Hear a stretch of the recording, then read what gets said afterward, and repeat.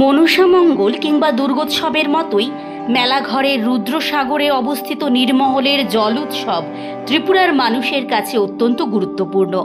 রাজ্যের ঐতিহ্যবাহী এই উৎসবকে কেন্দ্র করে প্রতি বছরই সাজে এক বিশেষ আয়োজন।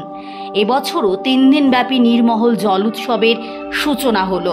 উদ্বোধন করেন রাজ্যের উচ্চশিক্ষা ও পঞ্চায়েত মন্ত্রী কিশোর বর্মন।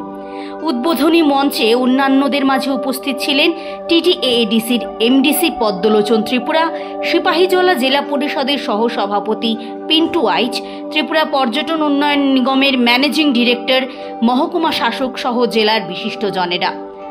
ত্রিপুরা পর্যটন উন্নয়ন নিগম, তথ্য ও সংস্কৃতি দপ্তর, সিপাহীজলা জেলা পরিষদ, মেলাঘর পৌর পরিষদ এবং সিপাহীজলা জেলা প্রশাসনের যৌথ উদ্যোগে এবছরের উৎসব শুরু হয়েছে এক বর্ণাঢ্য অনুষ্ঠানের মধ্য দিয়ে।